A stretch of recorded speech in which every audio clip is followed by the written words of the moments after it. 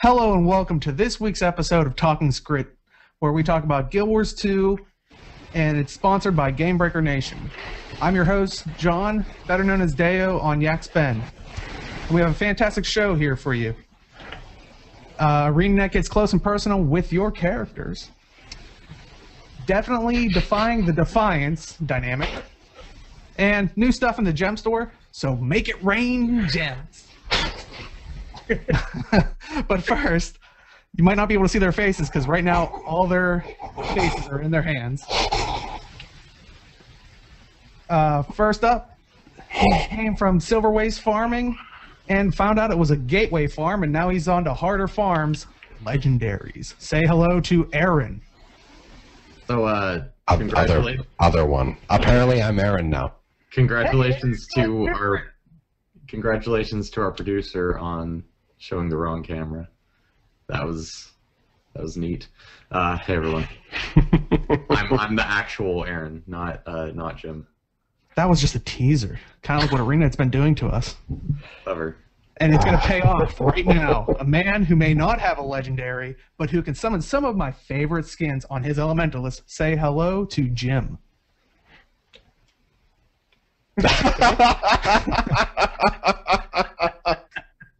I am not Jim.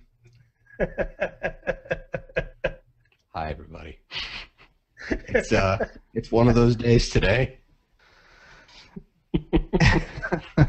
And I can't wait to see who's next. And a man who also plays an Elementalist, but his weapon of choice, his face. And it's me. Say hello to Roy, who's not on the screen, but there we go. Face planting's my specialty, folks. All right. It's absolutely true. If he ever plays his Elementalist, it's in down. Mm-hmm. It's amazing. Hopefully ArenaNet in the expansion will give out legendary faces. And let's go right into it.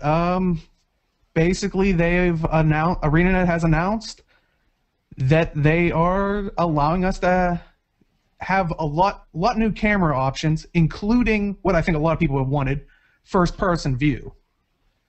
Can someone elaborate on what we're expecting with these camera changes and maybe even a little bit of the first-person view? In short, Guild War porn. It's very pretty. It's very pretty. It looks like it looks like you're in a movie. I mean, it really is. We've got a couple of the shots that we pulled from that Delphi had up, and like I looked at it, and it's just like it's a movie now. Like it's going to be ridiculous the amount of shots you're going to be able to pull off. Yeah, you can see right there. There's a comparison. On the left is the regular standard view. It's labeled, but just in case. And on the right, they did during the Ready Up live stream, kind of a mixture of there's different sliders and whatnot to change how high the camera is, how wide out it is, field of view, all that stuff. And there's kind of the difference after they played with it. That's kind of interesting because you're going to get a sense of scale a lot better, I think. I mean, we wander around in the world and we kind of think we know how big things are, but if you pull out the camera a little bit, like in that enhanced camera settings view, the world is a whole lot bigger than what we think it is. Yeah, one of the interesting things I noticed about kind of the whole advent of this first-person / FOV situation is that when a lot of the press got a hold of the news that they were going to be releasing first-person, everybody assumed Skyrim. Everybody's like, "Oh, you're gonna see, your weapon in each hand, and they're gonna have to do all new animations and stuff." No. When like the rest of us who have played Guild Wars 1, we know the Guild Wars 1 first-person, which is just, your character's gone basically. That's the whole premise of it. And that's all I expected. And when people were writing all these articles on press sites like, "Oh, it's going to be just like Skyrim except prettier," I was like, "No, you don't understand. It's just going to be the absence of character in your screen." Yeah, I was actually surprised because I didn't hear any of that until afterwards when we were talking about this. Yeah, I guess, like you said, from a Guild Wars 1 perspective, I don't think any of those people thought they were going to get, like you said, Skyrim or, hands up with the weapons. I would have liked it, and maybe an option to hide it for the machinima purposes that they stated. but I think they're only looking at it for the machinima purposes and recordings and stuff like that. They're not looking for a true immersive, combat like that. Which the potential is really high for, because I mean, if you looked at those shots of Grouch going through the new Silver Waste zone on the hang glider, that looked amazing in first person. Like, that looked really panoramic and just cinematic. So the types of things people will be able to do with machinimas is going to be amazing. I just hope people do them, because I can't do that. And now, we can do jumping puzzles in first person. Well, yeah. And that's the one thing I was thinking about is, like, I kind of would have liked to have seen, like, a Skyrim thing, only for the fact that I want to see if they would go full force and, like, if you're doing, like, the, like, Guardian, like, Greatsword where they're twirling, is your camera just going to go, like a cyclone? God. Like, yeah. Or if you're it would be horrible, but I think it would be hilarious if someone did it. Let's play. About all this, though, talking about jumping puzzles, is you're going to be able to reposition your, or not reposition, but change the way the camera bump works, so that for people in places, the camera bump is actually going to be limited, so it doesn't bump around as much. So I think that's really going to help out the bigger characters, the Norn and the Char, in doing stuff in small places. That's always been a complaint. So they said specifically that you'll now be able to do, smaller areas with your big tall Norn and your big tall Char. But one thing I'm kind of confused about is I also heard a lot of people, mainly in the Twitter community, going on about how great it was going to be to do jumping puzzles in first person, and I'm hoping they're joking, because that sounds awful, right? Am I crazy? Well, you dislike jumping puzzles in the first place, so you're a little biased. I agree. It's a nightmare. It would be a nightmare to do them in first person, I think. Yeah, it'd be harder, right? I think it would be harder. Yeah. I think it would be interesting to try, but it's going to be one of those things, for the majority of people that aren't going to do the, machinima or maybe a specific Let's Play in first person, which, good luck. I think it's going to be one of those things where it's like, oh, I'm going to do the jumping puzzle in first person. Okay, I did it the one time. I'm done. Like, I've had that experience once, and now we're done. Yeah, they're gonna. It's a gimmick for the majority, but it's a useful tool for people that are going to be doing like machinimas or stuff like that.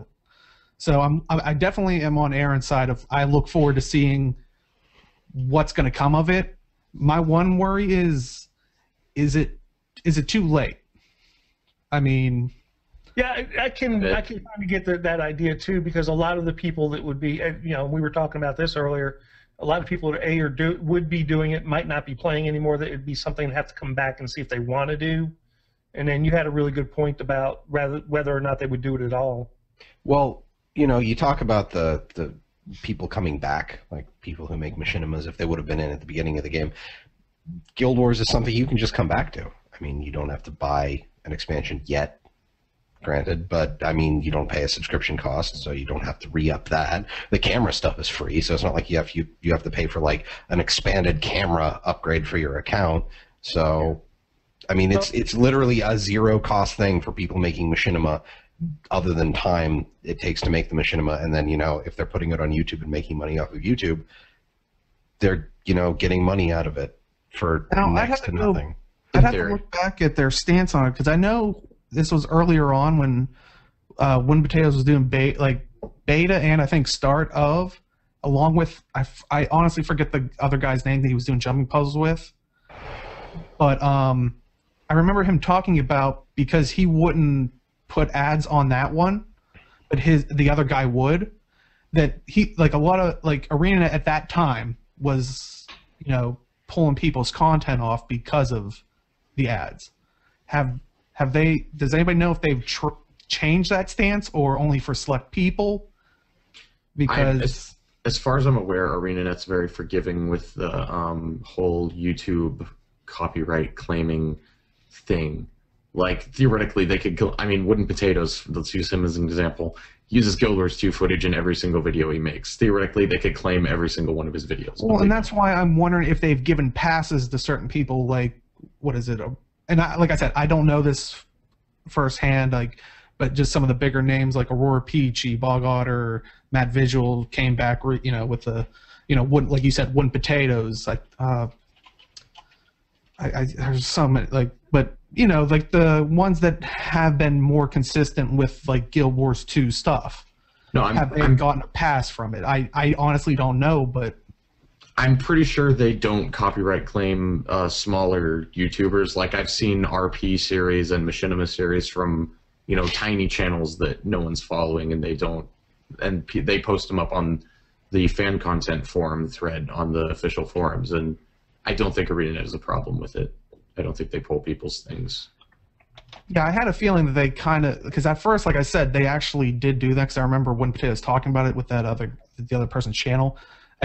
I thought they backed down from it, but I just wasn't 100% sure. Well, because it makes sense for them to do it coming up to launch, because that's when any footage of the game is still an exclusive thing, and that's when it's most important. Like, I could definitely see them doing it with... And this goes into, like, the whole struggle between, like... I mean, personally, as, you know, someone that wants to create content and put it up there, I think it's a good way, because say if, like, a load of people or... If the person can make money off, like, you know, a little bit of money off it, like if they put it on Twitch or something, like, remember the post when PAX South, they announced it? Like, it was one of the, like, top, like, 5, I think? You know, that's a big deal for it being top 5 talked about on Twitch. Like, people are going to start going, huh, what's this game all about? Yeah. It's kind of the same thing on YouTube. If it's like, oh, all these people are playing this game, I want to play it too. Like... So I ultimately think, and once again, this is from a gamer's perspective, because like I said, this is going far down the road of, like, you know, just games in general and the gaming media. But I mean, what do you guys think about that? It would definitely make sense for them to start claiming people's content. If, for instance, we started doing beta weekends for Heart of Thorns with the player base, like we did coming up to launch, and people were recording that and posting it up. In the interest of confining the hype for their game to the press and to their own channel, they would probably start claiming smaller channels' use of that footage. Well, to be fair with beta stuff, I am a developer, not a game developer, I wish, but if I was in their position, I wouldn't want, like, a glut of beta footage sitting around, because from experience with the World of Warcraft PTR, people will bitch up a storm, and it does not matter if it is very bluntly stated that it's beta. People will bitch that this is broken, and this isn't fixed, and this doesn't work, and you look at them and they're like, it's a beta. And maybe that was the stance, because I know a lot of those ones were beta ones, so... Like I said, I don't know the whole story on it, and it's been, what, 2 years? Right. But the whole thrust of that is they probably wouldn't want, like, the negative press of it. Well, but once, you know, everything is released. Yeah. The other problem I have, Jim, with that is when, you know, if there are problems in beta and they're recorded and reported, and then they release the thing and it's still there, if you think the bitching was bad to start with in beta, wait and see what happens when it gets out into the release, and some of the things in beta weren't fixed. And, yeah. You know, there's just, they want to control that information at beta at all costs. But most data, yay. Well, there's no test environment like live, right? Yeah. And for people who are wondering when it's coming out, a lot of people thought it was like the camera changes were going to come with the expansion. But apparently it seems like they're bringing it out March 10th. What do you guys think about that? I'm good with that. It's going to coincide with some of the other games I play that are bringing out a camera mode. So, to me, March is camera month. I was going to say, I remember, you know, when Game Breaker was doing like their award shows, and when Guild Wars 2 was rolling out, it was like, oh, this seems like the year, like this is the new thing, is talk about dynamic events or, you know, dynamic content. Is this the year of cameras? Are we? The year of dynamic cameras. Yeah. And that's the interesting thing. I think during the Ready Up, they showed like the first person view and definitely showed us that it wasn't going to be Skyrim-esque. They also were talking more about the collision detection, which now, like, if you spin your camera, it, like, if it collides with, like, just, like, a tree or something, it'll quickly bring your camera in. And I think they showed on the Ready Up like someone running, parallel to trees with their camera, to the side of them, where it was just going in out, and granted, I was sitting there going, how many people run with their camera to the side like that? Like, but I do understand, like, that could easily make someone nauseous. And well, if you're strafing to avoid enemy fire, like enemy abilities, I mean, and if you're in like an outdoor area with a bunch of trees, that would get really annoying really fast. But that's going to help that collision detection with the camera is going to help out the bigger characters in smaller areas, really. Well, yeah, and I was just going to say, the one time where I almost stopped a jumping puzzle because I was actually starting to feel like sick about it was right around launch when it was before they really worked with the Norn collision, and I think it was the Dredge Haunt Cliffs one where you're going on the scaffolding, like just the little bit variation of it, like trying to do a jump where, like I said, it's going, like I started to feel motion sickness, and I was like, I remember I said, I'm going to give it one more go. If I fall, I just can't do it anymore. Yeah, I get and sick. I mean, they addressed that. What's that? I get sick in every jumping puzzle. They're the worst. Yeah, but I don't think that's motion sickness. That's just, Demon Grub Pits. That one really gets me. That one's the worst. But like I said, they address like the Norn issue about that, and it seems like this way there's going to be a slider that requires more stuff in the way before it zooms in your camera. So that's definitely awesome. Yeah, because they probably don't want you to use they don't want the camera to clip through bits of the map that it isn't supposed to clip through, but. So they can't just say a just full unlock spinning camera everything, because that would lead to some really weird moments. I think from the Ready Up, they made it sound like if you put it up to the highest level, it seemed like nothing would. And it just sounded like that. I would imagine there'd have to be something. Cut off clipping at the upper end. Yeah. So not cut off clipping, but cut off the collision. So yeah, you should be able to spin around pretty much in a free mode. And I mean, is everybody ready to go into PvP with the FOV slider? Like, are we gonna have Quake? Quake or are mode. we just gonna have Quake mode is go. We're good with that. Everybody has to have rifles and pistols. Well, the only character I have PvP on is my ranger, and I'm longbow shortbow. So just demand that you get rifle. I was really impressed. Actually, that's kind of a good idea for an event. Rifle, just all rifles going through. Dude, we're gonna get on that later. But I thought the side-by-side comparison they did in Divinity's Reach for the FOV changes, just the updated one with the new maxed out FOV, that looked amazing. Like, I can't wait to max out my FOV and just look at the sweeping scenery on a whole new level. That's gonna be awesome. Oh yeah, a whole new world. Yeah, the FOV is really going to place you in the world in a place, because right now where everything is situated, you feel a sense of place, but I really think as you pull back and expand, it really kind of anchors you in. Well, the architecture in Guild Wars 2 is absolutely fantastic, and I don't think you get to see enough of it with the way the camera is set right now. Well, and that's the thing, like when Aaron was talking about that, like bringing it all the way in and seeing panning around, like you actually panning around and not seeing your character's head in the way.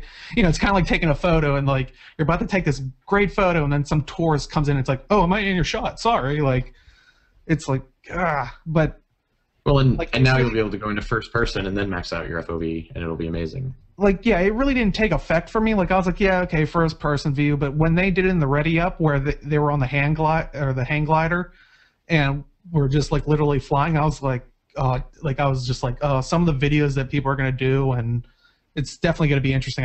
Like I said again, I look forward to it and actually doing it myself.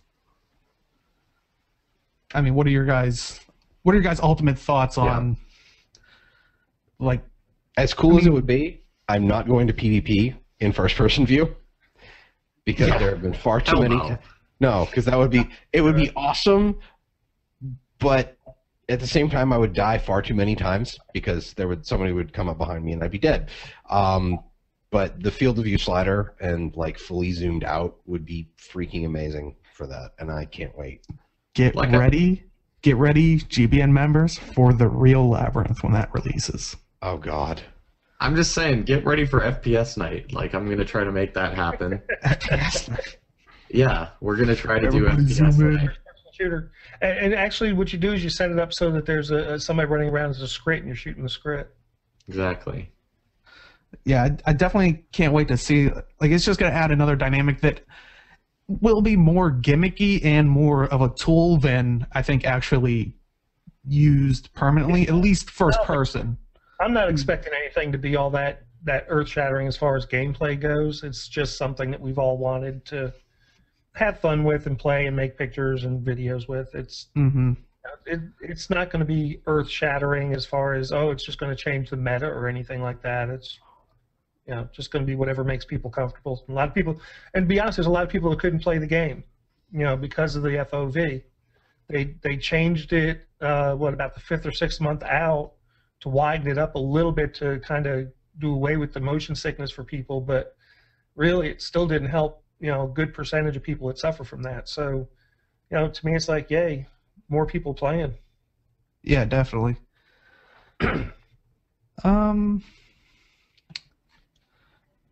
I mean, any other remaining thoughts on the camera? I mean, talking Skritt machinima, guys. Talking. I can dig it. Is that a thing that's going to happen? It might. It probably is. We shouldn't tease people. It probably won't. No. But honestly, like I'm happy. Going back to the release date thing, it was a thought I had. I'm happy they're pushing it out now as opposed to just waiting for Heart of Thorns, because we are very clearly going to be in a bit of a content drought until the release, and I think we all understand that. We don't have to like it, but we get it. So it's nice that they're at least throwing some bits into the game. Well, you got to realize now that they've released this tool, in a couple of weeks, that means we're going to be able to tie in with the height and push out a lot of content that we couldn't have before. So look how pretty the game is while the hype is going on. Yeah. Yeah, because I'm sure they're going to use that during like their points of interest and whatnot, just instead of having their character positioned on scope and everything. I'm not gonna lie, when you paused there, I thought you were looking for a pun, and I was bracing myself. No, unfortunately not. Did you have a pun? If you'd like to.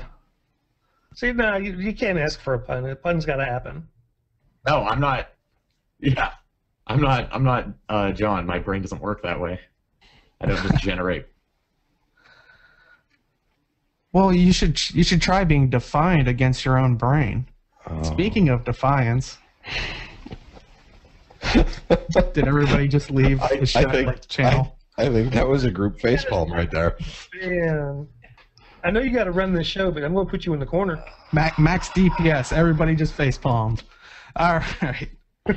They came out with an article over the last week, which I think was titled.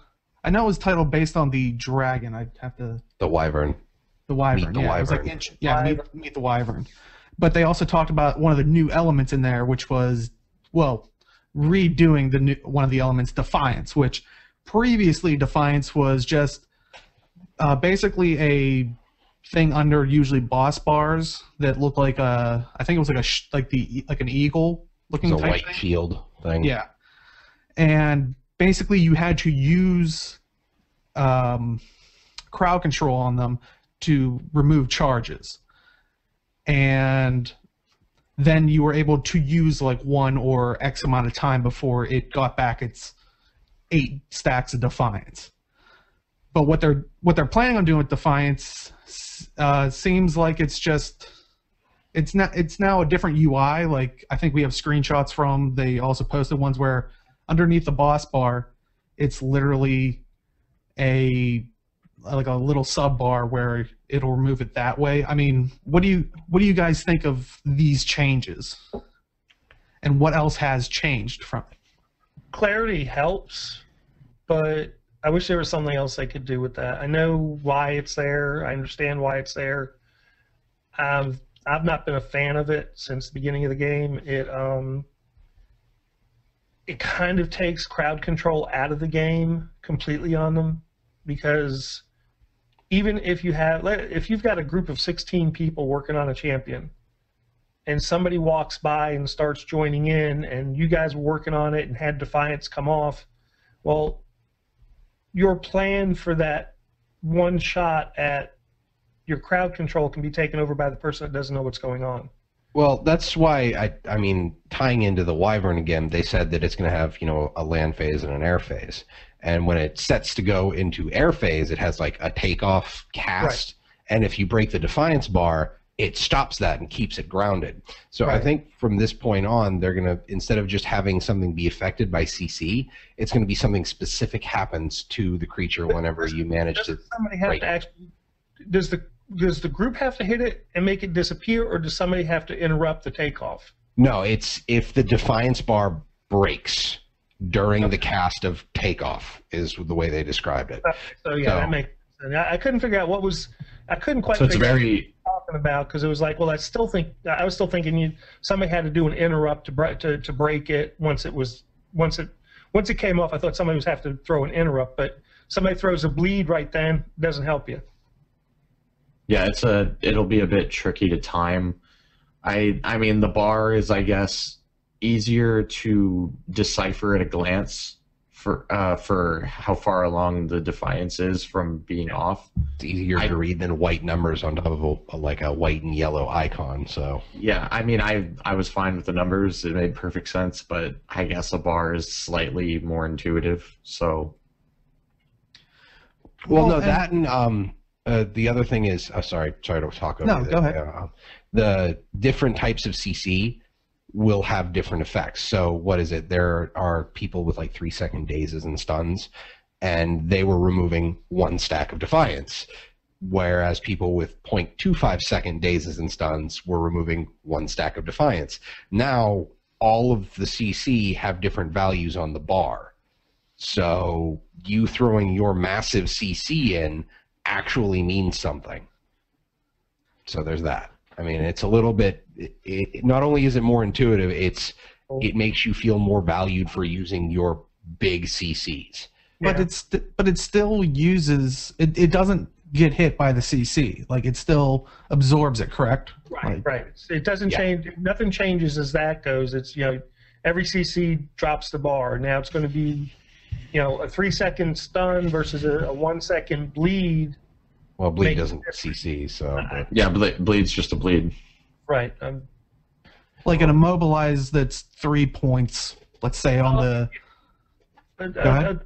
I was going to say like a 5-second cripple and a 2-second stun both get a different value on the bar now, because one's stronger than the other. So that's going to make it, that's going to be interesting as far as I'm concerned. It's interesting because like last week that we talked about stability, it seems like they're kind of switching all the stuff around, because in a way it seems like the old Defiance mechanic is now stability, will be now stability, which originally stability, if you didn't catch last week's show, is for right now, like say if you pop stability and it's like 20-second stability, you are immune from all control, like CC, for 20 seconds. When it rolls out, it instead of giving you 20 seconds, it gives you 20 stacks, just for easy math. And basically people, like how Defiance works now, people have to use 20, CC effects on you. I mean, I wish they would just kind of combine Defiance and stability and just say, just have it as one, like, instead of like a boss type and a player just type. Remove stability and have it be something that's available to both players and bosses. Because they kind of do the same thing. Yeah. I mean, what do you guys think about that? I like how Defiance is changing now, where stuns now have the value. The only thing I can think of is that stability is still classed as a boon, and that would mean that creatures that are, the big epic boss monsters that have stability, in, your example, you'd be able to rip wounds off of them. So it becomes like Defiance really is about not being able to chain CC cheese an encounter. And with but like at this particular location, like if they're going to be adding specific mechanics where if you break the Defiance bar and you get something out of it, that's just adding more mechanics to the fight, and I like that. Like it's something else to track, it's something to coordinate with. At the very least, with like using the Wyvern as the example now, if you fail to and he's up in the air, he's at least untargetable, so you don't have to worry about doing damage and avoiding the fire he lays down. So yeah, and that's going to be that's going to be interesting too. Is their new the way they're doing things as far as tells and stuff. They were talking about in that article just the graphics and the way they're doing things. It's a little different. So I'm kind of interested to see how that's going to work out. I think it's going to look really, really interesting. Yeah, definitely. I mean, ultimately, I can't wait to see what it turns out to be. Yeah, it's not gonna. It's maybe gonna make people switch to a weapon they have a CC on if that's a weapon they have equipped anyway. But it's not gonna make people start speccing for CC. Like DPS is still gonna rule the PvE meta. People are still gonna widely ignore this new stability mechanic, even though they probably put a lot of work into it. Unfortunately, it's just like if you're on your ranger, you might pop your longbow for a bit more. you mean that's really instead of on cooldown? Right. That's when you put it out there, man. It doesn't matter. I mean, in this fight though, this would be a fight where you might want to pop it on cooldown. And like you're saying, for at least the fights that we know about, if they have this mechanic, what's to say they have? What were the and this is how I'm going to win the fans use Cantha references, but what were the turtles that the Luxon were on? Like, weren't they on like big sea turtles or something? Siege turtles. Or were they just siege turtles? Yeah, Okay. the siege turtles. Like, what if there was like a boss like using like those types of things, or another shelled creature where all it is like a big fight for like against its Defiance. Like you have to like get that Karka? bar down. You like Karka? You might value that, spec to use your CC and whatnot. So we're going to make the Karka even worse. Yeah, it's Karka on steroids, basically, is what you're saying. Possibly, yes. That's. I don't know about that. Well, but the shell's not going to do damage. It's not going to be pointy. It's just going to be a shell. Do Karka shells do damage? Yeah. When you They have in the first retaliation. phase of them, they have retaliation up on them. So Oh, I don't fight Karka enough to be familiar.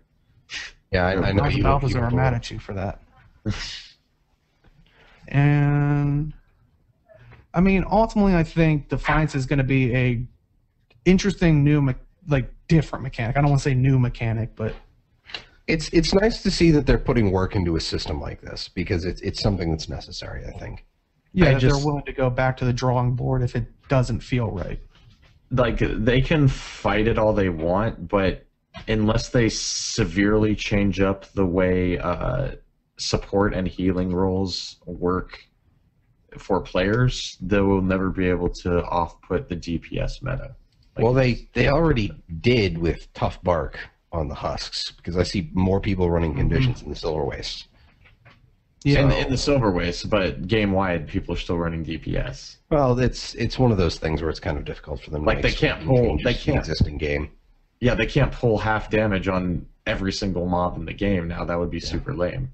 yeah. It's something going to they be one of the can't. situations like Guild Wars 1 did it too, where it didn't have to increase the level cap and that's why I've always said I hope they did it with here, and so far they are. They're not going to increase level cap, but they just required the people to be better at the game. The thing about Go ahead. yeah, the thing about Guild Wars 1 is the balance just got so bonkers and out of hand that they just said F it and just threw everything they had at the players, like Ward and Kryta, Winds of Change. Winds of Change is insanity. That is the most insane content in Guild Wars 1. Because ArenaNet, like, the players were so powerful, they just had to say, screw it. and they just throw like 20 level 26 mobs at you. Yeah. What was it? There was some kind of build for either an elementalist or a dervish where you were effectively immortal. And Yeah, you would just eventually grind things to dust because they couldn't kill you. You had 55 monks who couldn't die as long as enemies couldn't remove enchants. Same with 100. Yeah, and then they started dropping, you know, enemies that could remove enchantments into the game instead of just nerfing the build. Yeah. Honestly, I was going to stop you at when you said, wasn't there a build in Guild Wars 1? I was like, yes, there was. Yes, there was. There was thousands.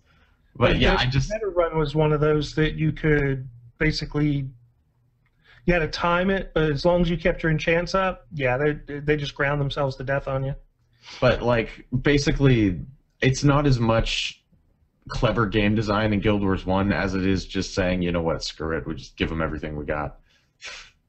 Well, but there were more mechanics and knowledge to counteract it. I mean, Yeah. Later on, it was definitely harder. If people didn't design the builds, you wouldn't have gotten away with it. Yeah. Well, I mean, the Silver Waste is a good example of them using the game mechanics that they're throwing at us to counteract, you know, what people are doing. So, The whole, I mean, to me, the whole design behind the Silver Waste was to basically break the DPS meta. Well, I think ultimately it was just proof of concept of this is what to expect to come, like for the expansion stuff. I think they wanted to show that they could actually make something where you know, conditions were a problem, and you could not just DPS things down. Well, and Terragriffs are a good example of. I think Terragriffs actually do a better job of breaking the Berserker meta than the Husks do, because Berserker players can't kill Terragriffs; they'll get wasted. Like they can't do it. The Terragriffs do a ton of damage. Yeah, they'll die. So I hate Terragriffs. Like I play full tanky character, and Terragriffs still get me sometimes if there's 2 or 3 of them. So. Yeah, I was gonna say if Husks you are have just not annoying. gone into Silver Waste, get surrounded by about 3 Terragriffs, because then they just chain stampede you. And well, to be fair, you say Husks are annoying. Well, if they're tanky, like they have an innate tankiness, that's kind of what they're there for. They're there to be annoying. They're too annoying to ignore, but they're too hard to kill. I mean, how long did you say that Immobilize was? You were complaining about it a few nights ago. You got hit by like 3 of them, and you were stuck in place for like half a minute. If the Husks stack, they're immobilized by themselves like 8 seconds. If they stack it on you, you're not going anywhere. And like, and all my Condi removals were on cooldowns, so I was pretty screwed. Yeah. So I mean, I would call that, you know, decent design on the Husks part. They might be, you know, just use conditions, but I mean, they still have a lot of health. So yeah, the Husks are the main thing about the Husks is they don't like hurt you that bad. They just immobilize the hell out of you, and they're tanky as hell. And so, like a Berserker character, I could see him getting by on that. With the main thing about Berserker characters is making them so pressured, putting so much pressure on them that they literally, like, you have to be pro level, like, status to be able to stay alive. That's how you counter a Berserker character, because the problem with the Berserker meta is that people tell everyone to play it, and most people don't have the skill level to play it efficiently. So you have a bunch of people just running around and dying all over the place because they haven't gotten good enough at the game yet to effectively play Berserker. And I just wish that people would tell new players to run different stat combos until they're comfortable enough to run Berserker. Where That- play what right you want, away. really. Yeah. but if you want to go that route, you'll definitely have to, like Aaron's saying, first off, know the game. Also, know your computer and your connection to the server, because lag will kill you, and in that situation, it's very unforgiving. It's Yeah. I just Berserker annoys me. It's a product of lacking a trinity, because in traditional MMOs, a trinity at least gives every role pertinence. It makes them necessary.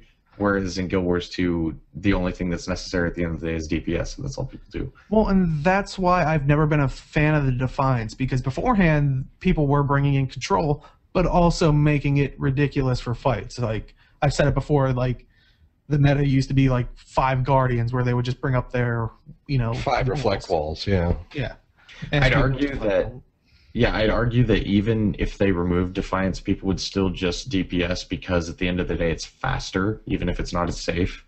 Like Yeah. speedrun groups and stuff would still just zerk through everything. Oh yeah, but that's fine if there's speedrun groups. Like I've always felt, if someone wants to go through it in 5 minutes, let them have that community.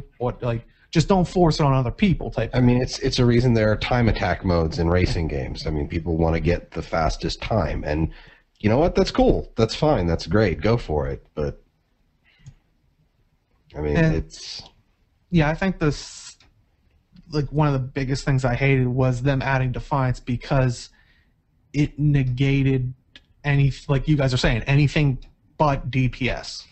well, Defiance in a dungeon. I mean, what Defiance is based on the number of players nearby whenever you break through it. So, you know, as an event as more and more people show up to an event in the world, Defiance will scale higher and higher and higher. However, in a dungeon, you know, if we're talking about dungeon content, you've got 5 people. So it's going to sit at an exact stack level every single time. So you at least have the ability to know, okay, I throw this, this, and this, and then my buddy with his 3-second days goes this, and we're good. But, you know, that's having coordination to do that. Yeah, I'm just not a fan of wasting a CC. I've always been a bigger fan of diminishing returns, where eventually it builds to where it's not going to be useful until you stop using it for a while. Like maybe they learned from it. That's always been my mentality of diminishing returns on those kinds of things. I mean, what's your guys' opinion on like a diminishing returns mechanic or Defiance? Like, I agree with what Deo's saying because it effectively makes your CC, like let's say you have an immobilize, that's your CC. It's no longer an immobilize, it's just a tick on a bar. Like it makes different types of CC essentially just the same thing, just on a bar. And so it just lessens diversity, basically. It takes away from build diversity and crowd control diversity. And I mean, this system, when they're implementing it, it's definitely going into like the whole game. Like you guys were saying, old dungeons will have this as well, right? I would assume, because it seems they're going to remove the whole thing. Is it gonna be a blanket thing? Maybe the dungeon boss had 5 stacks, so is it gonna get like 50 points of Defiance that people have to expunge, or hopefully they're gonna go in there and maybe test them. I mean, well, yeah, but I like how you're like, I mean, hopefully maybe they'll test them. Well, the only thing is, I hope they add in like mechanics that you look at and it's like, okay, this boss is doing something that is channeled or what have you, and this is what you're supposed to interrupt. Like the whole thing with stopping the wyvern from taking off. I hope they add that to the rest of the bosses. Like what's the one in Crucible, the prototype, whatever it is. The one evolving boss has all kinds of crazy abilities that you just see more and more. It's like the different elements. Yeah. If that had, you know, some of its channeled stuff, if, you know, that was use break the Defiance bar to stop the channel and maybe make it vulnerable to more damage for a few seconds, I think that's a pretty awesome idea, to be honest. Well, I wouldn't be surprised if they if they just switch up things. I don't think I would be surprised if they don't go back and like add a mechanic, kind of like how they're saying with the wyvern. I mean, because that's just them having to go back and focus on that stuff, which they kind of want to push forward, it seems like. But I hope down the road they do actually add these phases. I don't see them being able, like, they can add all the new little mechanics they want, and that'll change the gameplay on a zone basis. But just game-wide in general, I don't think they'll be able to break the DPS meta. Yeah, it's definitely going to be hard. And, I mean, they said they wanted to try to break it. I don't want to say break it, but maybe readdress where it was like, oh, you can take whatever you want and still be okay with it. I mean, yeah. All I want is to be able to play a Vine Wrath where like half the people don't die. That's all I want. Stop You gotta running get behind that Berserker. honeycomb. Stop running Berserker, people who can't play Berserker. Well, honestly, I was just playing with a friend of mine this morning. He's like level 50. I'm helping him level, and we were going through the daily was Gendaran Fields Event Completer. We were at Nebo Terrace. You're talking about people being dead. There were so many people inside Nebo Terrace that were fully dead, and the waypoint is right outside. I think that's more of the issue, is people don't get up and leave. To be fair, I bet half of them are AFK. Because either they're AFK or they don't realize that their dead corpse is scaling up the event for the people who are trying to fight. And I try very hard not to yell at people about this because I know they probably don't know. But it's Yeah, very you're cutting in on his silver waist chest looting time. It is. I'm not gonna lie. It's very difficult not to be angry in map chat about people who don't waypoint when they're dead.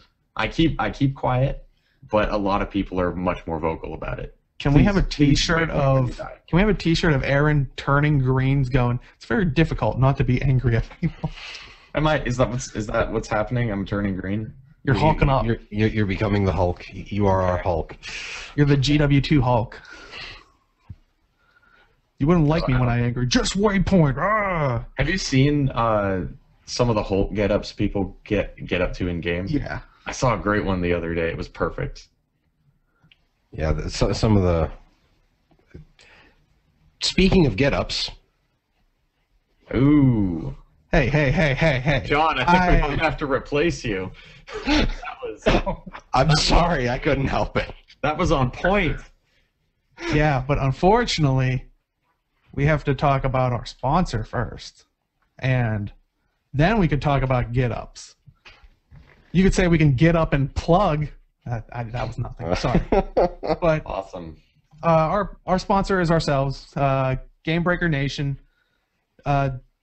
You know, definitely we're a cross gaming guild. Like, look, my dogs are wanting to go sign up already. They're blowing up about it. Cross gaming guild community from Gamebreaker TV. We have a bunch of awesome games. Elder Scrolls Online. I think I don't know the exact date, but I think at the beginning of March, where they're going into buy to play. So if you've ever owned the game or whatnot, definitely check it out over there. They're doing a lot of great things. Final Fantasy XIV, I think they're getting an expansion. Guild Wars 2, I mean, we're getting an expansion, a lot of hype. Minecraft community, World of Warcraft, both Alliance and Horde, I think they just had a patch recently, so if you're playing that, hop in there with basically everybody. You never have to go searching for a new place. It's fantastic. Star Citizen, and like I said, we just keep growing with members like you. If there's interest in a game, head on over, maybe have a group, start doing it, and we'll make it a thing. If people want it, we want to be a nation of gamers, and we have people from all over the world, so definitely sign on up. And like I said, GamebreakerNation.com. Join us in our TeamSpeak. I know a lot of people haven't been a fan of Mumble. We've moved over to TeamSpeak, so you have no excuse. None. Are you threatening our viewers?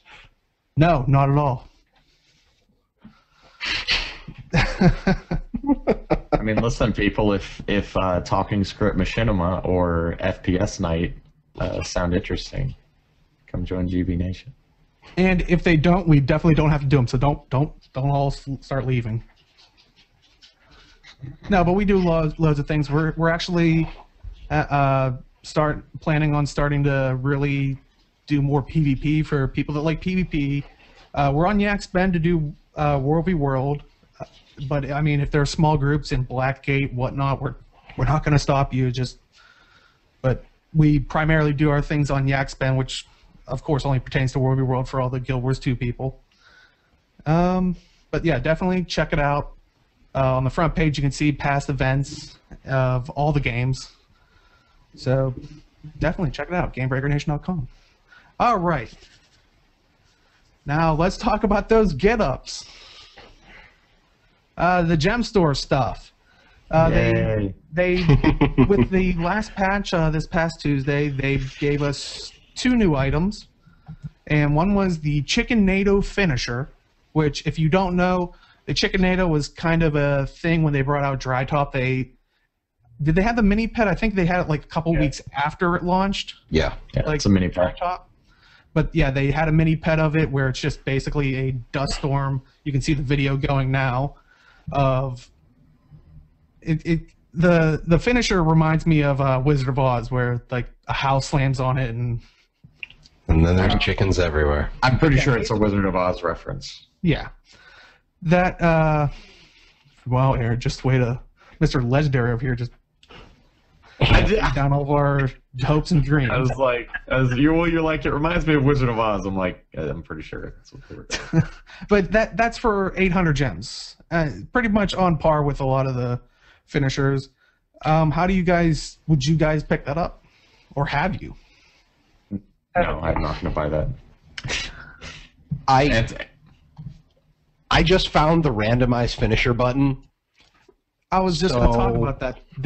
I think they put that in with the patch this Tuesday that came out with the Chicken NATO finisher. Yeah, so there's a randomized finisher button. It's a little checkbox that sits underneath, your selected finisher on the finishers tab in your hero panel. And now I think Deo reminded me when we were talking about it is it will use your limited stuff. So your Doliac of whatever metal from World v World, it'll start using those charges. Like, I've been dropping snow globes on people very frequently.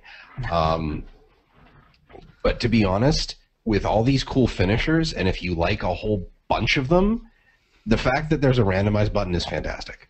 And that actually is going to make me want to buy more finishers. I don't know about this one specifically, but I'm looking at it a whole lot more now. And honestly, the production value on their finishers is definitely improved. That's good.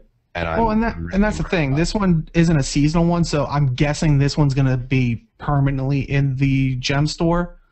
Unlike the Winter's Day ones that'll only be around for Winter's Day, the Halloween ones.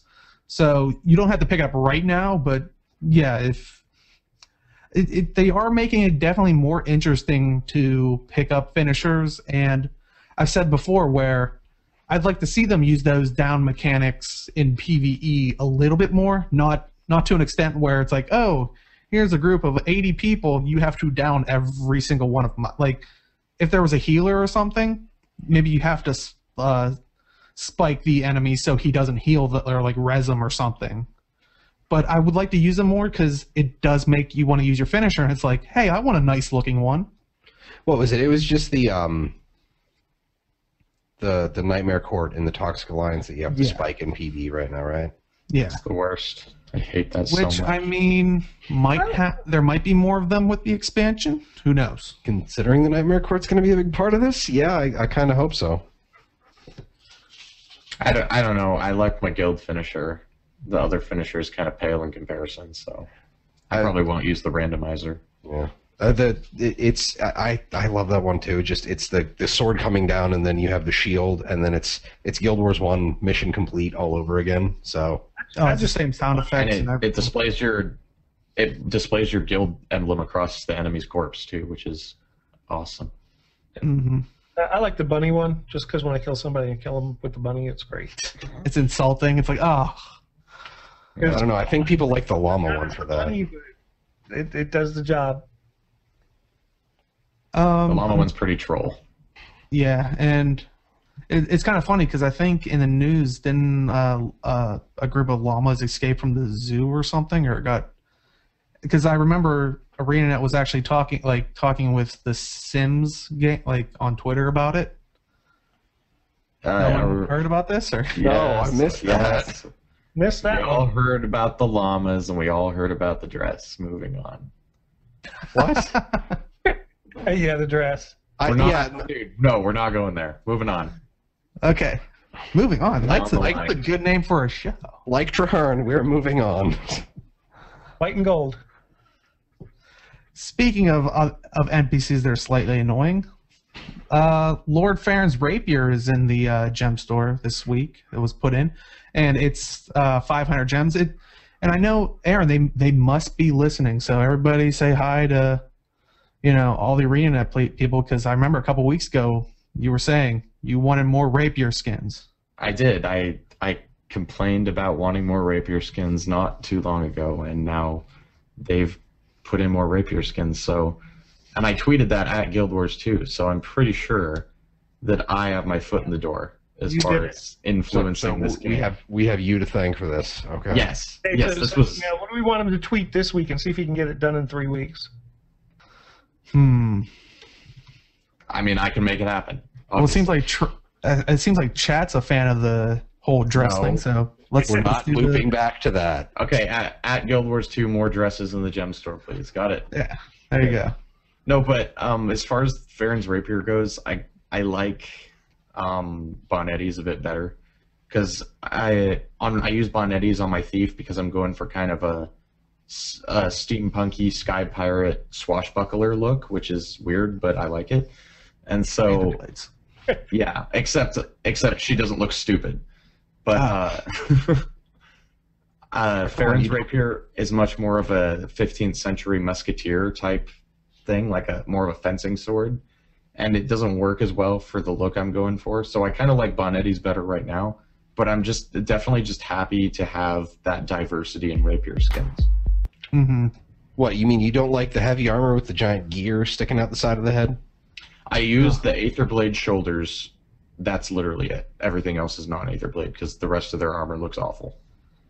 Yeah, they are pretty bad in the gem store ones. I mean, I'm sorry to whoever designed those, but we all have bad moments of judgment. Well, no, that's the thing. I like as I've always said with all the Black Lion weapons and stuff. I like them for what they are, but I already have my Barbie doll dressed the way I want. It's not gonna Ixter, I see what you're doing. Don't do it. Carnifex in chat makes a good point that Farron's rapier go really well with Mesmer's. It's a lot more elegant. It kind of has more light armory feel about it. Yeah, definitely. If you're a sword Mesmer, I definitely recommend trying out Farron's. I would say for any of those Mesmers out there, definitely try it and get back to us about it. No, I really wish I could see what's going on. Just let it go, Roy. Just really. You don't want to see it. It's all over Aaron's face. Oh, it's so. It's so obnoxious. Apologies to everyone. Oh, me. But I mean, are you guys planning on picking up Lord Farron's rapier, or have you? I mean, 500 gems. It's pretty on par with a lot of the weapons they put out. I haven't yet. I'm considering it, but I haven't yet. Yeah, I'm definitely considering the rapier. Yeah, I'm definitely considering it. I like Jordan. Facepalm. Yeah, seems like we have chat facepalming now. Maybe that's the title of our episode, Facepalms All Around. We've had our share of them today. I like how no one was... What's that? We had no one talking in chat this whole episode. He brings up the dress, everyone comes out of the woodwork to hate on the dress. Is this what it takes, guys? Is this what it takes to get you guys talking? Any meme, just bring it up. They'll start talking. Oh man. Well, that Rick Astley guy. He's awesome. Hey, let's not talk about dresses. Let's talk about outfits. Yeah, because that might be in a future file. Because Guild Wars just wings. Jim is too up on you on transitions. Well, then he can be the host next week. That's. I'm sorry, I can't help myself. Hey, no, it's natural. Look at that. Welcome aboard. Yeah, with this patch, of course, that shaman from Reddit and whatnot has data mined some of this stuff, and one of the first things they actually show is the Black Feather Wings backpack. What do you guys think about that? And for people that don't know, it seems like it's the wing back piece for the Halloween outfit they brought out Did they bring it out first like a year ago, and then they brought it back this year? I believe. I don't know when it came out, but I'm buying them. So yeah, in Guild Wars 1, because I mean, if I'm correct, the Lich outfit in Guild Wars 2 never had the wings, right? No.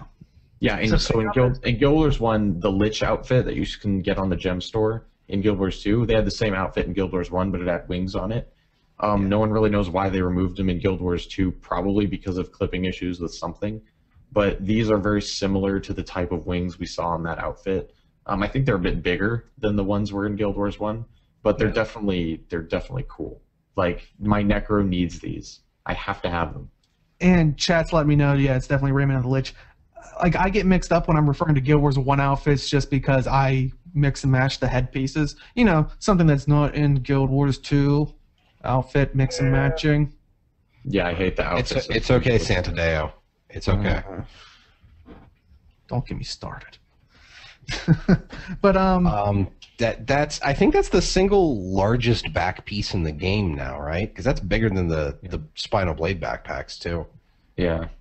Yeah. I mean, it might not. It probably goes the same distance. It looks like, but it's just skinned differently.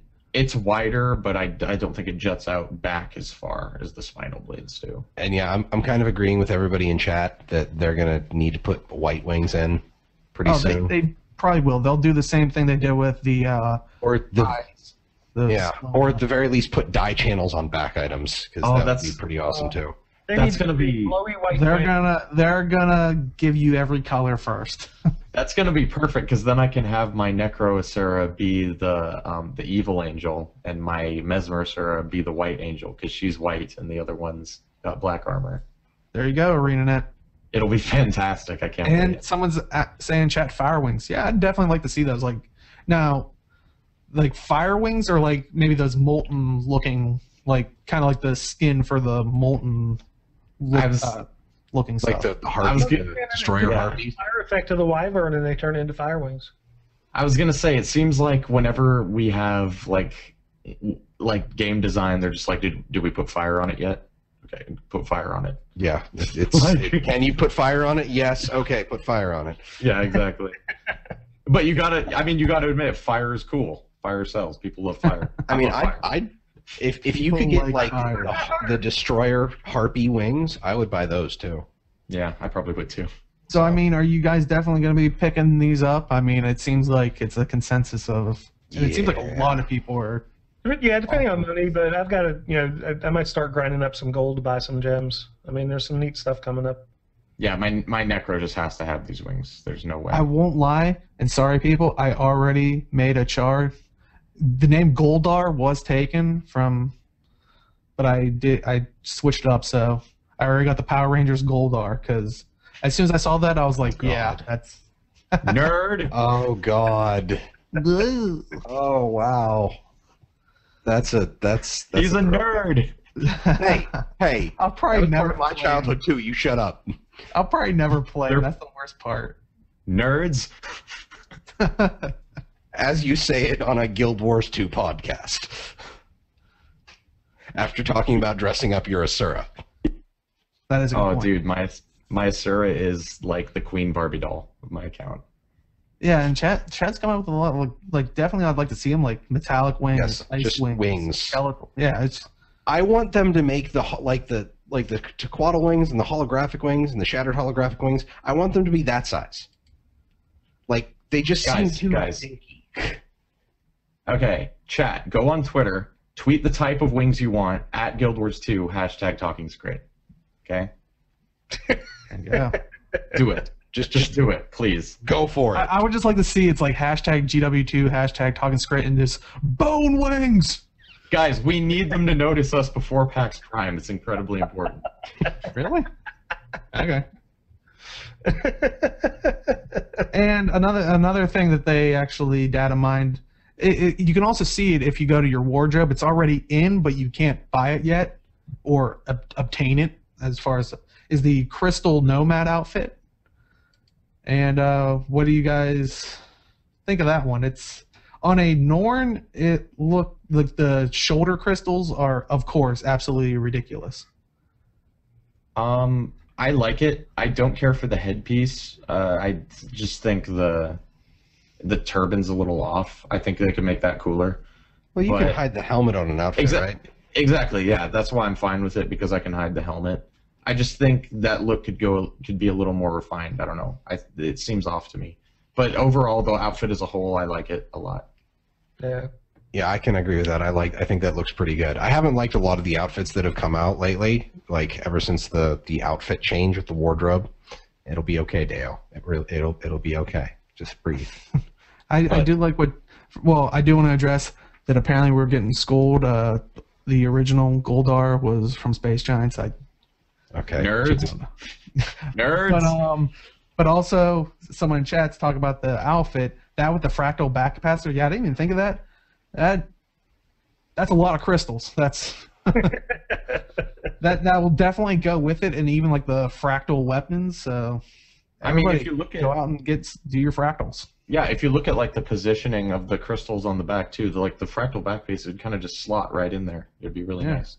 And someone saying they don't like the crystals. I like the crystals. I think they're cool. I think they're a new kind of thing we haven't seen on outfits before. Kind of these floating parts of an outfit. So Well, I mean, very clearly, it's the perfect thing to go on, the gem store, because we've got so many people that like it, don't like it, and it's a purely cosmetic thing. So Oh, that is a good question in chat. The wing question. When is Ion's anniversary? And for anybody that doesn't know, NCSoft published both Ion and Guild Wars. And I remember if you bought the collector's edition of Ion, it gave you a wing emote to do in Guild Wars. I wonder if there's a November similarity 25th, 2008 was when that it released. he will never fail to do multiple times if you're in Guild Wars 1. Yeah, Just we will be running all along and go, guys, slash wings. Poof. Yeah, every 5 minutes, wings. Hey, I bought that collector's edition. I'm gonna use that emote every chance I can get. Because you saw the question in chat and you were like, you know what, guys, this is actually a really good question. No, not a good question at all. Well, but there's that similarity. That's the only reason. Leave me alone. John just likes his slash wings and he wanted the world to know. Will the wings overwrite the gliders? I was actually thinking that it would be a nice, interesting, like mechanic if it detected that, but I think it's just ultimately a skin, and it probably won't, unfortunately. I wouldn't be surprised if the gliders overrode the wings because your back item is already overridden by several things already. Like your back item won't show up in the hero panel.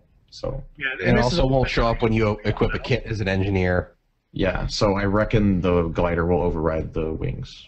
And yeah, chat's bring up a good point. Like they thought that they would actually make a separate like Bible thing for the gliders, which yeah, I agree that like Well, because have they that. also talk about mail carriers in this thing, which I mean, like I think we're all not like we're not going to buy the mail carriers, but that's the perfect thing for the gem I store. like the idea of the mail carrier now. I've Well, got and- two of them. See, yeah, the and thing, the same. Oh, good. the thing about the glider skins is I'd actually rather those be attainable in game because the glider is something you can progress through the mastery system. So what better way to add even more progression to that than to tie also new glider skins to the mastery system? Yeah. So I'd really prefer those to be in game and not on the gem store, at least a mix of the two. I was saying they might do both, but if they did, as long as it doesn't give a stat change like the Ion wings in Ion, no, I'm not getting back to it. I wasn't a big fan of that game, but Like those wings. I was gonna say big fan of the the only wings. thing I still use that came from Ion, but yeah, I could definitely see it being one of those things that is in the gem store, and I don't have a big issue with as long as there's no like, for some reason, a stat increase or gives better lift Or Watchworks sprockets. Yeah. Yeah, the glider shoots out Watchworks sprockets because everything else freaking does that I don't buy. Not bitter. Not bitter at all about that pick, huh? But I think the best thing to come from this data mining, and like I said, these last couple things, they're just data mined. They're not guaranteed to be in there. Though they have shown artwork of the, back piece, like of what it will look like on the gem store, like the banner. So it seems likely, but it's not guaranteed. Just so you know. Although, like you said, the Paper bag would have been awesome. yeah, the crystal outfit is in the wardrobe already, so it's probably going to be in. Yeah. But the other thing, a mini golden pig, which I am going to pick up. That thing is awesome. It's really big. Yeah, it's a big mini. Yeah, it's huge. And does It's anybody know rideable where in the story that one's coming in and why? because it's a golden pig. Golden pig. Don't ask questions. It probably has something to do with some obscure holiday that's coming up soon, but I'm not cultured, so. The Golden Pig Holiday. I don't know things about stuff. You never know. That's got to be a thing somewhere, right? Mm-hmm. Exactly. I mean, would you guys pick that up? I mean, I'm not a mini person, but I know you're getting one, Deo, because it's a golden pig. Yeah, why not? I'm probably not going to pick it up, but I'm not like, I think all of the minis I have been from like prizes from GBN events and my 80 bajillion Queen Jennas. So Chat's asking why is the character in shorts. It's just because of the preview thing. Yeah, it's the underwear model, dude. Yep. Yeah. But yeah, I'm probably not going to pick up the pig. Minis. I don't care about minis. I'm trying to pick up those siege golems from the Guild Commendation Trader. Those are pretty cool, but otherwise I don't care about minis. Yeah, I'm not a big fan. Soul. See, people in chat are already like, "Yep, definitely would get the pig." So. No, next guy says I'm not doing it. So he's team. I like don't minis. care about Don't have minis. soul. I'm just holding out for if they do Polymock and if they use the mini pets, that golden pig's gonna have like a golden punch or something.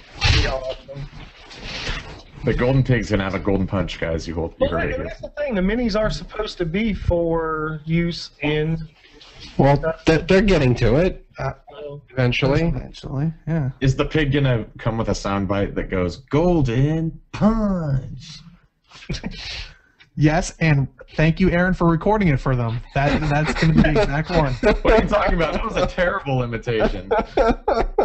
Giant nerds will crucify me for that. Golden punch. Like what? Oh, that was great. I definitely want that to be the soundbite. If not, I want to be able to change the file so I can have that as it. Can we have that to start the show off with every week now? But and like also we stated there were also mail carriers. There were data mined. One was a Raven mail carrier, Snow Owl, and a Parrot mail carrier. Which I don't know. I'm just not a huge fan of them. Go for the Parrot. I was just thinking I might get the Parrot as a tribute to Michael Morano, aka Iron Stylus, for all of you League fans. But it just is a funny joke. But the mail carriers are one of those things that are the truly cosmetic of this game, and I think that's a perfect thing to show up on the gem store. Well, my thing is that, a pirate sending mail, get the pirate outfit and send mail to people, and your parrot goes off. I'm like, yeah, I'm in on that. See, Chat's got the right idea. The pig can roll out with that one dude's gold dar. See, that's the only reason why I'm doing it. It's all gonna fit. In the end, it all comes together. Yep. It would seem that the world of online gaming needs a wake-up call, and I'm here today to give it to you. Oh God. Paying money for mail carriers is stupid. And outfits like. Okay, wait a minute. Outfits. Why is it stupid? Outfits. It's not stupid for them to sell them. It's stupid for you to buy them. Why? Same with outfits. There's no statistical advantage. No, but outfits are something everyone sees all the time. You see everybody else's mail carrier too. No, you don't. Carriers? You do. No, that's the thing. I didn't even know you saw a little bird with your mail until they announced mail carriers on the gem store. Like, I didn't even know that was a thing. Nobody sees that. Nobody sees that mail carriers all the time. The only one that didn't. I've never seen someone's mail character, and I've never seen my own little birdie. It's not something people see. Yes, it is. No, it's not. Yeah, It's a waste of money. Don't buy it.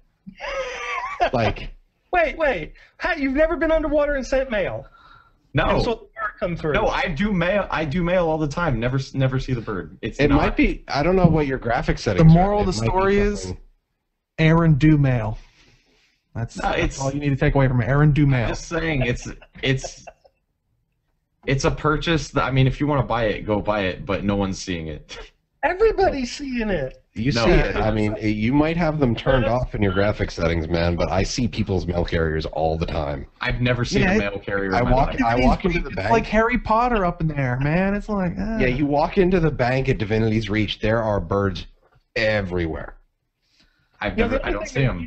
Somebody to clean up all the poop that's got to be around, but they've never landed there. So, anyways, I run on Max Graphics. I never see people's mail carriers. It's not something that's they're pertinent on the screen. everywhere. You just don't pay attention to them. It's your problem. Not Exactly. No one pays attention to them. No, you don't. Well, to Everybody be fair, else does. if you, I've always seen my own mail carrier. At this point, I mean, how much are the mail carriers? Like, They're like 500 gems or something. 400 or 500 gems. and that's why I say if it's if a that's what personal you- thing. If you Yeah, want it, and you that's why I want said it, at the no. beginning. I'm not going to, but it's a perfect thing to be in the gem store. If I know it's purely cosmetic, it's like you said. It's a personal thing. If you personally want to be silly, then be silly. But it's silly. Oh They just boy! don't shoot in silver waste. Remember that's Aaron. That's Hey, we don't give out character names on this show. we might start to. There's a reason. There's a reason. But chat was already talking about it, and let's move on to the other thing that was data mined out, which is definitely interesting, is a Balthazar outfit. And what do you guys think of this? And for people that don't know, Balthazar is one of the human god deities, like the god of war, I believe, or. Ixter just gave you up, Aaron. Wow. Oh, Thanks, Ixter. you're a terrible person, Extra. Thanks. I mean, apparently I'm a control freak, according to Gentle Snow in chat. I don't care if you buy these. I'm just saying you're silly if you do. Well, according to you.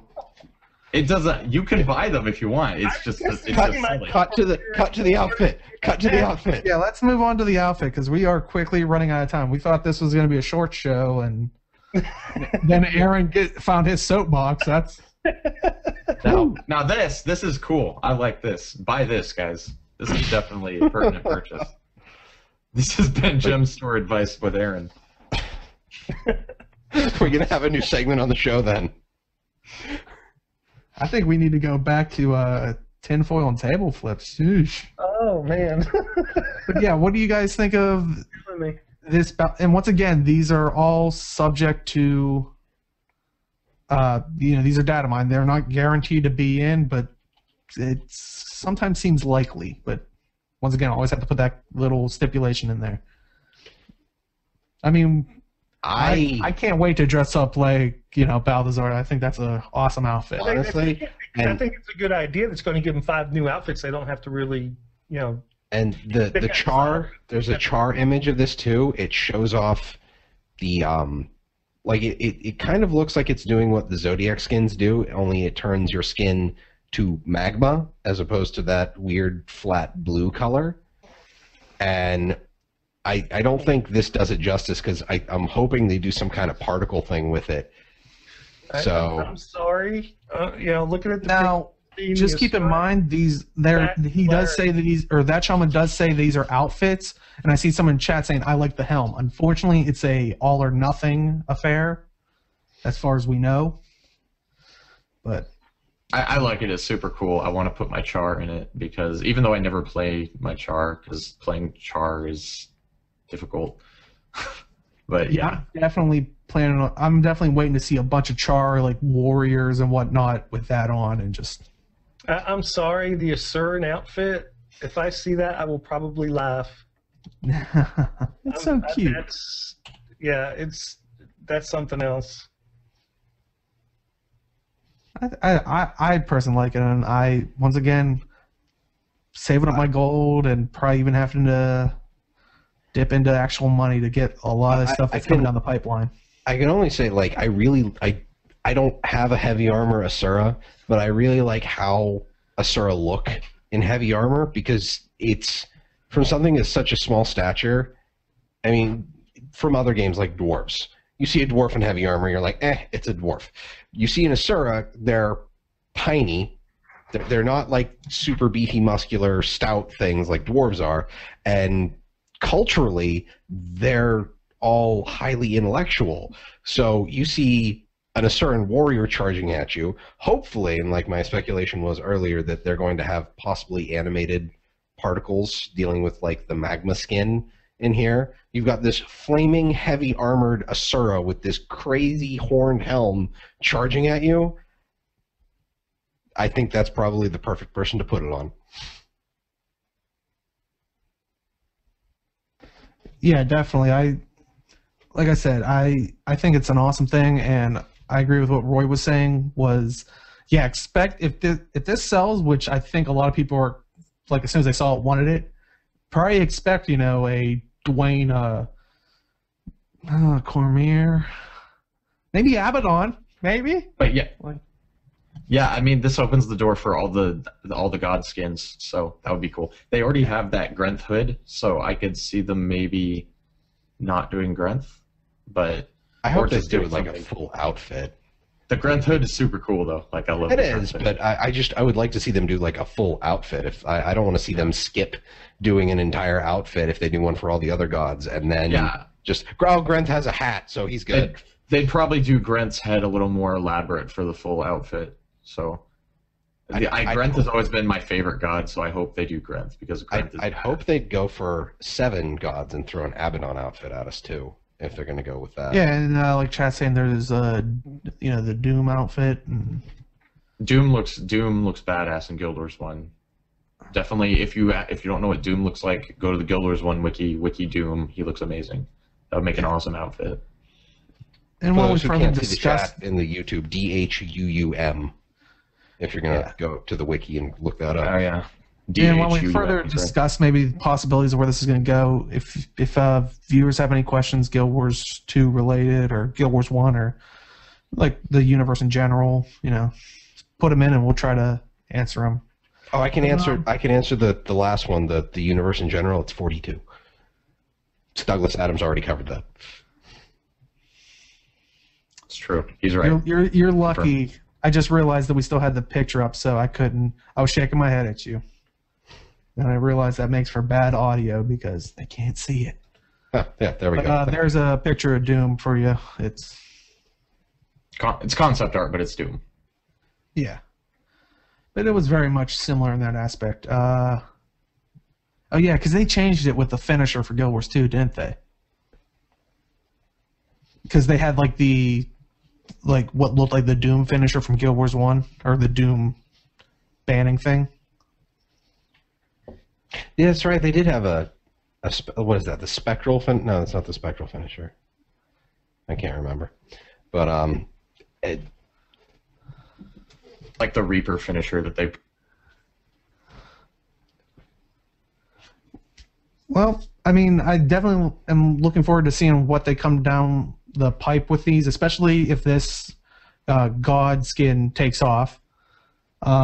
Maybe they'll expand to other aspects of the lore of deities and whatnot. But we're quickly running out of time, so we're going to wrap up. We're probably going to have the after show. That's why, for people watching the VOD, it is so important to tune in live over at twitch.tv/GBNation. We're probably going to still keep going and answer questions, whatnot. Probably even still talk about Guild Wars 2, other things maybe. But I'd like to thank all of our guests for coming out today. And Aaron, where can you be found? I write for Guild Mag. You can go over to guildmag.com and read the stuff there. Issue 14 of Guild Mag just came out. It's Cantha themed, so definitely check that out if you're interested in Cantha. And I'm on Twitter at Guild Wars Monk, and it looks like I'm gonna have some in-game mails to check. Watch out for the birds. Yeah. Yeah. And Jim, where can you be found? Also not Jim. I can be found at MalthanusMMO on Twitter. Fantastic. And Roy, where can you be found? I can be found at Twitter at RoyB62 and in GBN's TeamSpeak server all the time. And if you're running around in Elite Dangerous, check out the Lou area because I'm always over there too. And you can find me at simply_Deo on Twitch, Twitter, YouTube. I might be streaming Dragon Ball Xenoverse tonight. I don't know. I think I'm going to try to get a controller and whatnot and be bad at fighters. But, and like I said, for people watching the VOD, make sure to come tune in live Saturdays at 1 p.m. Pacific, 4 p.m. Eastern, over at twitch.tv/GBNation. You can find all of us over at GameBreakerNation.com. We're not just a Guild Wars 2 guild. Like I said before, we have Final Fantasy, XIV, Elder Scrolls Online, World of Warcraft, League of Legends, Star Citizen, a Minecraft community, and the list just keeps growing and growing with members like you. So definitely come on out, head on over to GameBreakerNation.com, sign up, join us in TeamSpeak, and as always, we will see you in the game. Good night, everybody. Leave a dirt, y'all. Have a good night. Good night, everybody. I really wish I could have seen everybody.